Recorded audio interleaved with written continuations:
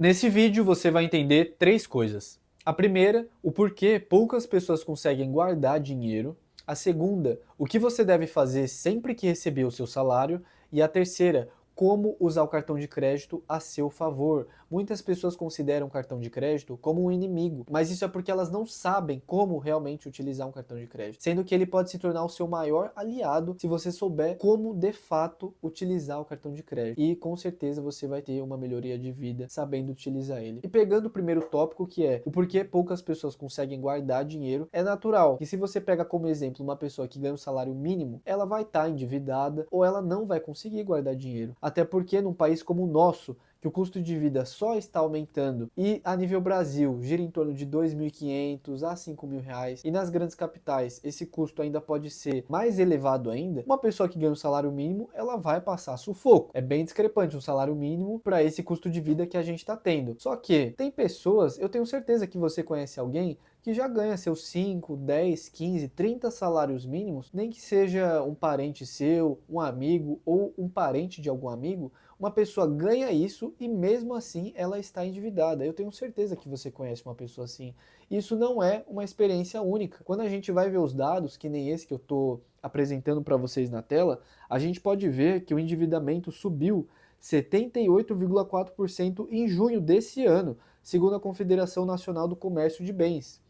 E não para por aí, ó. No grupo que recebe acima de 10 salários mínimos, mais de 67% dessas pessoas estão endividadas, pessoal. Ou seja, muitas pessoas ganhando abaixo de 10 salários mínimos estão endividadas. Só que muitas pessoas ganhando acima de 10 salários mínimos também estão endividadas. O que a gente pode tirar de conclusão é: não adianta a sua renda ativa aumentar se você não tiver educação financeira. Se você não tem a educação financeira, você vai passar perrengue, você vai se endividar, você vai achar que você precisa ganhar mais, sendo que você só não sabe se organizar. Eu lembro até hoje quando eu li no livro Pai Rico, Pai Pobre, que você precisa saber exatamente para onde o seu dinheiro está indo. Caso contrário, ele vai desaparecer sem você perceber. O que isso quer dizer, pessoal?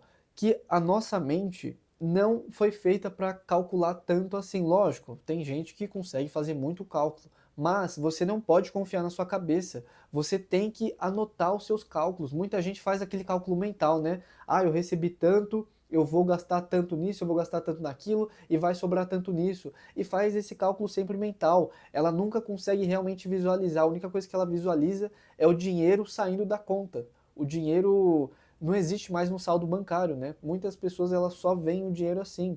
Só que não, pessoal. Você não pode fazer isso. A primeira etapa para você ter uma educação financeira é justamente se conscientizar de que você não tem consciência dos seus gastos e você precisa anotar eles, tá bom? Uma maneira que eu faço desde que eu sou jovem aprendiz, faço hoje ganhando muito mais dinheiro e vou continuar fazendo daqui 10, 20 anos é anotando na minha planilha, que é essa daqui de trás. Eu deixei essa planilha aqui embaixo na descrição, ela tá gratuita, é só você clicar, você já consegue baixar aí no seu computador. Usa ela, tá bom? Nesse vídeo eu vou te mostrar como que eu utilizo essa planilha para você saber exatamente o que você deve fazer ali com ela. E se você não tem computador, eu recomendo que você também continue assistindo, porque aí você vai conseguir anotar no caderno. O princípio é o mesmo, tá? Eu prefiro fazer no computador porque é melhor, consigo visualizar de uma maneira ampla. Mas se você não tem computador, pega o caderno e vai anotando as coisas que eu vou falar ainda nesse vídeo. O outro ensinamento que eu tive lendo Pai Rico, Pai Pobre, e que com certeza vai ajudar você a ter uma melhor educação financeira, é: se pague primeiro. E o que eu quero dizer com isso? Eu quero dizer para você sair embalada, para você ir para um restaurante, para você gastar logo com tudo.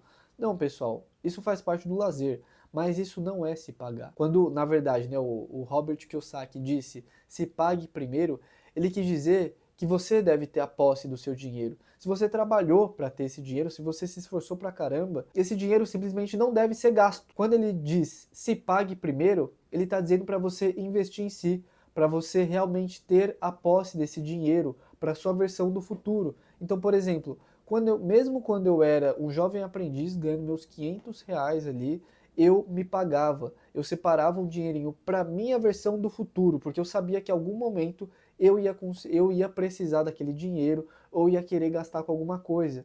Então a posse do dinheiro primeiramente deve vir para você, tá bom? O dinheiro é seu. Você deve ter a posse desse dinheiro. A primeira coisa que você deve fazer é se pagar, lembrar da sua versão do futuro. E o terceiro ensinamento que vai te ajudar a ter uma melhor educação financeira é entender a diferença de um ativo e um passivo. No livro Pai Rico, Pai Pobre, o Robert Kiyosaki diz: os ricos ficam ricos porque compram ativos, enquanto os pobres e a classe média compram passivos achando que são ativos. Antes de eu te explicar o que é um ativo e o que é um passivo, eu vou te dar um exemplo.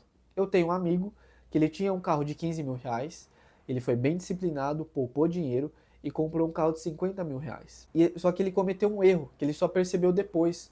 Um carro de 50 mil reais, ele não é só esses 50 mil reais. Porque a manutenção desse carro é mais cara que o carro antigo. Ele também está mais preocupado com segurança, então ele está tendo que pagar estacionamento em todo lugar que ele vai. O seguro de um carro de 50 mil reais também é mais caro. E agora ele também está abastecendo impostos de combustíveis mais confiáveis ali, né? E a gasolina está um pouquinho mais cara. Ou seja, o custo de vida dele aumentou. E qual foi o erro dele? A renda ativa dele, que é o salário, não aumentou. Então, se você aumenta o seu custo de vida e a renda, o seu salário continua o mesmo, isso é muito arriscado. Você pode passar um aperto financeiro ali, sabe? E aí, o que acontece? O que é um ativo, afinal de contas? Um ativo é algo que te dá dinheiro, seja pelo seu trabalho ou seja pelos investimentos. Quando é trabalho, é uma renda ativa. Quando é investimento, é uma renda passiva. Você está ganhando sem necessariamente trabalhar para ter esse dinheiro. Agora, um passivo é algo que tira dinheiro de você. E quanto mais caro é um ativo, mais dinheiro ele vai tirar de você. Então, se você tem um ativo de 15 mil reais, ele vai te tirar ali, vamos supor, no caso do meu amigo, talvez uns R$ 1.000 por mês ali, um passivo de 15 mil. Agora, um passivo de 50 mil reais vai tirar dele uns 2, 3 mil reais. E isso você tem que ver com muita cautela, pessoal, a questão de comprar passivos, tá bom? E aí você pode dizer para mim: ah, Bruno, mas eu só ganho dinheiro, eu faço mais dinheiro quando eu faço dívida. Eu preciso fazer dívida para ganhar mais. Pessoal, olha só, eu vou ensinar uma coisa para vocês. Se você é um funcionário, você não pode ficar pensando em comprar esses passivos mais caros, tá bom? Antes de você aumentar o seu salário, tá?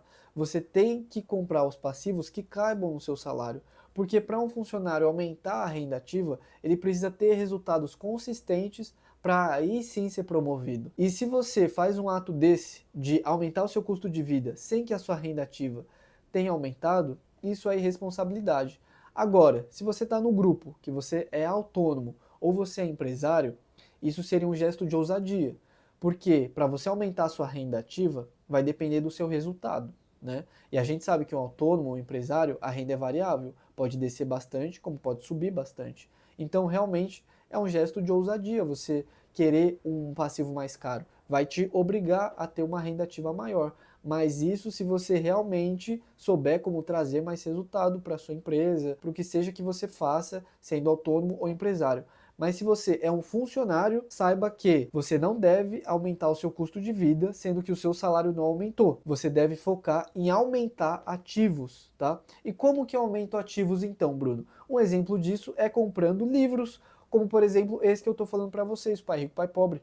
Foi um livro que eu comprei e li quando eu tinha uns 15 anos. E esse livro está em promoção. Ele estava de R$ 55. Se você clicar no link da descrição, você vai conseguir comprar esse livro, tá bom? E você vai também me ajudar, porque vai estar no meu link. É menos que uma pizza, né? E você vai ter um bom conhecimento. Imagina, se só assistindo meu vídeo você já teve esse conhecimento, imagina lendo um livro, né? Você não precisa ler o livro inteiro, mas enfim, ele é curtinho também. Eu li quando eu tinha uns 15 anos. Com certeza você deve ser mais velho do que eu era, então vai ser bem benéfico para você, é uma leitura fácil. Então eu recomendo fortemente que você compre esse livro, ele está na promoção, aproveita que está na promoção, tá? Clica nesse link aqui que está na descrição, que aí você vai conseguir comprar o livro Pai Rico, Pai Pobre. E antes de ir para o segundo tópico, é importante eu explicar para vocês o funcionamento dessa planilha, tá, pessoal? Preencher a planilha é obrigatório. Se você não tiver um computador, se você só tiver no caderno, anota isso. Não precisa fazer exatamente agora, mas veja o vídeo para você entender a lógica, tá bom?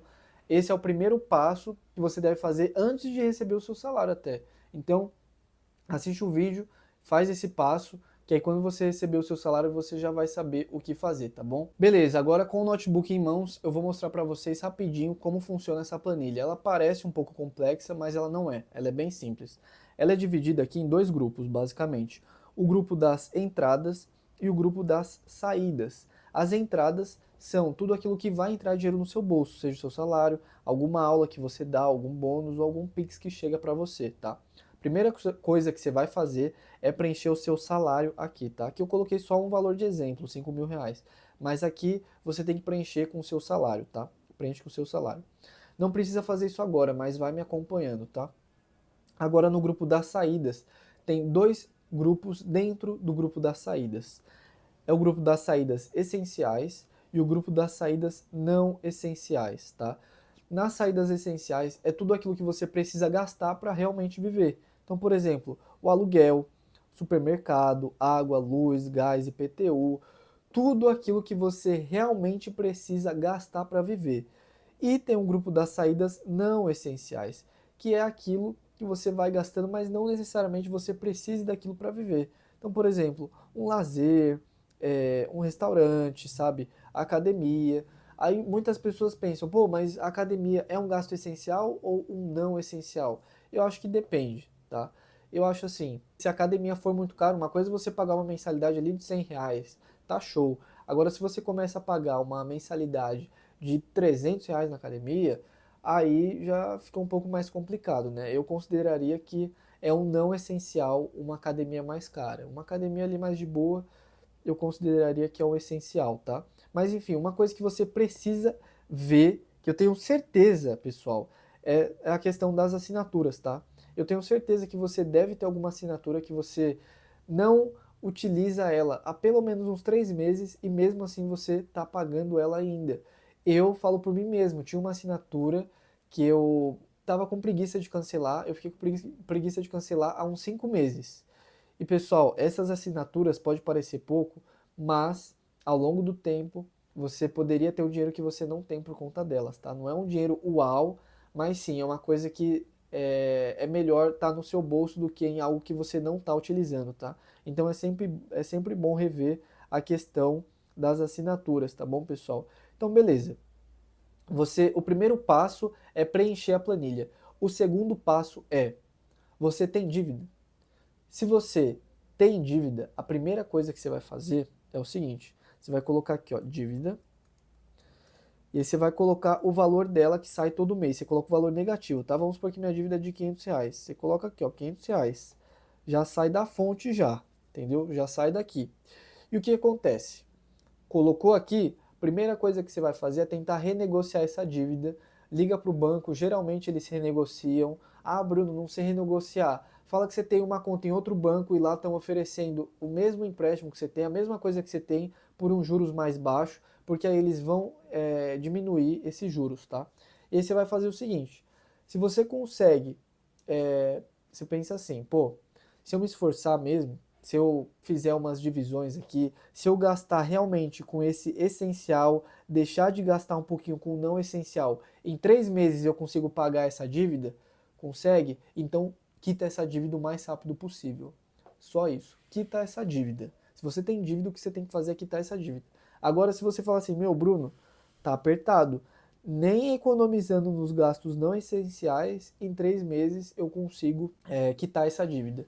Então, o que você vai fazer? Que quem não tem dívida também tem que fazer. Tem que já ir para a terceira etapa. Que quem não tem dívidas também tem que ir para a terceira etapa. Antes de eu falar dela, eu vou te fazer um convite.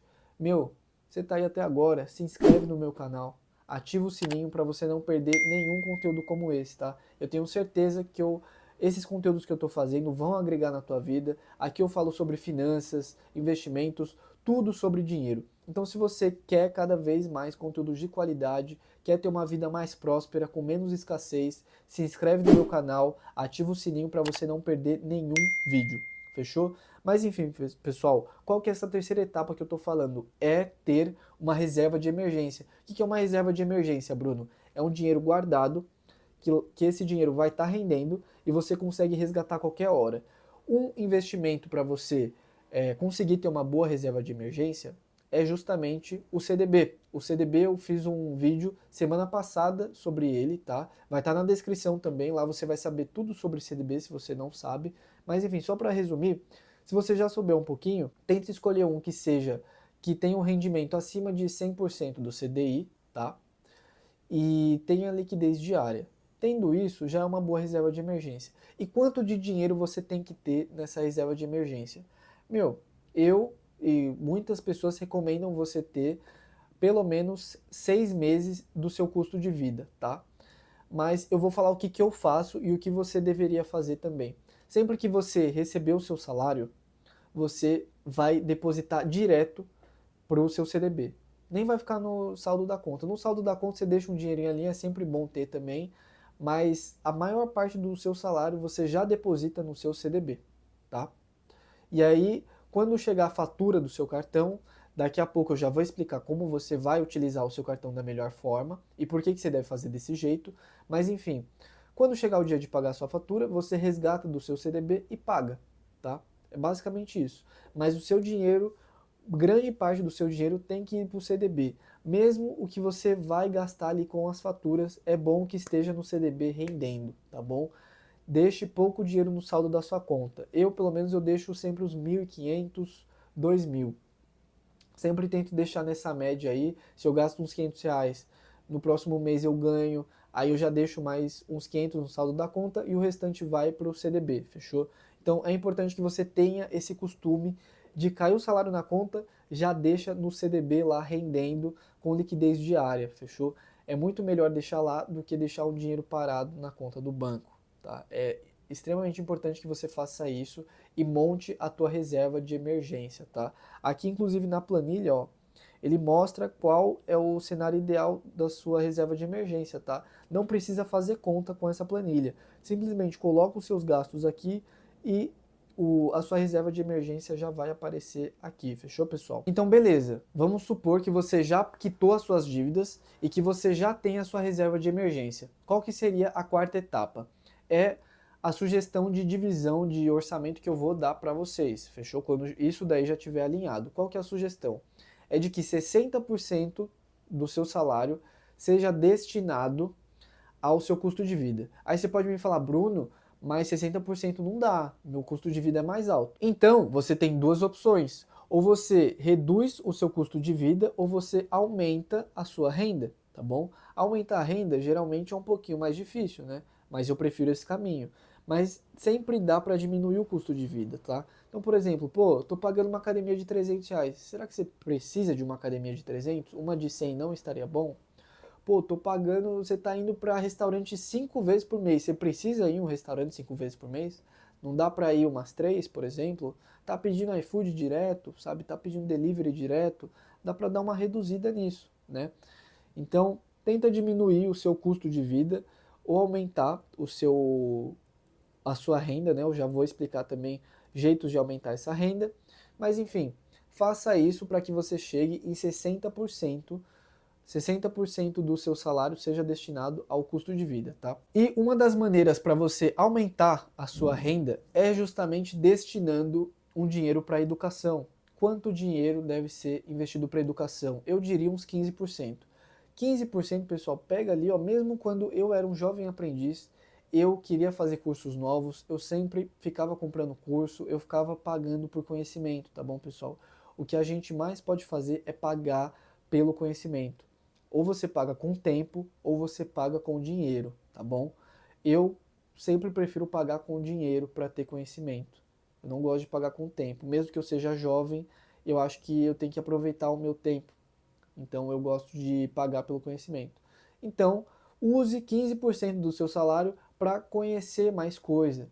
Você pode usar tanto para aumentar a sua renda ativa, ou seja, para algo não necessariamente para aumentar a sua renda ativa, mas para aprender alguma coisa. Por exemplo, tem gente que gosta de livros de filosofia, livros de sociologia, enfim, use 15% para educação. Ela com certeza vai te trazer uma vida melhor. Outros 10% tem que ser para investimentos, pessoal. Se vocês separaram, lá na planilha tem a parte de investimentos, tá? Esse investimento é obrigatório, é para o seu eu do futuro, ele precisa desse dinheiro. O investimento, lembra que a gente falou do livro, do Pai Rico, Pai Pobre, se pague primeiro. A questão do investimento é justamente isso, tá? 10% ali, eu costumo investir mais do que 10%, depende do mês ali, ou invisto bastante ou invisto menos, mas enfim, eu recomendo que você invista esses 10% na média ali, tá? Investe 10% no CDB, na renda fixa ali, e os últimos 15% é lazer. Aí você pode fazer o que você quiser com os 15%. Você tem que aproveitar, você tem que desfrutar. Seja indo para um restaurante, seja saindo com alguém, seja viajando. Use esses 15% para o seu lazer. E o terceiro e último tópico, pessoal, como usar o cartão de crédito a seu favor. Você sabia que 44% dos brasileiros não pagam a conta em dia, pessoal? É uma coisa óbvia, mas muita gente simplesmente não paga, e não é porque não tem dinheiro, é por falta de organização. Então, a primeira dica que eu posso dar é: pague suas contas no dia. E quando eu digo no dia, é literalmente no dia. Poxa, as minhas faturas, elas vencem sempre no 7º dia do mês. Quando eu recebo o salário, lembra que eu falei para você deixar o seu dinheiro rendendo? Então, como que você vai usar o seu cartão de crédito? Você vai centralizar todas as compras dele. Se possível, não compra nada no Pix, não compra nada no dinheiro, só se tiver no desconto, sabe? Você vai comprar alguma coisa e você fala assim, pô, se eu te der no Pix, se eu te der no dinheiro, você me faz quanto aí? A pessoa dá um desconto. Mas se não tiver desconto no Pix ou no dinheiro, você vai e passa no crédito. E enquanto isso, enquanto você vai pagando lá, o seu dinheiro vai estar investido no CDB. E a fatura só vai vencer no mês seguinte. Então você pode passar o mês inteiro fazendo compras, enquanto o seu dinheiro está rendendo. E aí quando chegar o dia de você pagar a fatura, você tira esse dinheiro do CDB e paga a tua fatura, tá bom? Uma coisa que você tem que tomar muito cuidado é com o limite, porque às vezes você pode ter um cartão com limite acima da sua renda, tá? É por isso que muita gente se ferra. Mas você tendo esse controle, usando a planilha, sabendo exatamente ali quanto você gasta, meu, provavelmente você não vai passar disso, sabe? Você seta um limite ali do quanto você pode gastar no seu cartão de crédito, você gasta, e quando chega o dia de você pagar a fatura, o seu dinheiro já rendeu. E lembrando que se você não sabe o que é um CDB bom, quais são os melhores atualmente, ou ainda tem alguma dúvida sobre CDB, eu fiz um vídeo semana passada, é um aulão que eu dei tudo sobre CDB, falando opções de investimentos atuais, tá? CDBs atuais mesmo. Então dá uma conferida nesse vídeo aqui, que eu tenho certeza que você não vai se arrepender.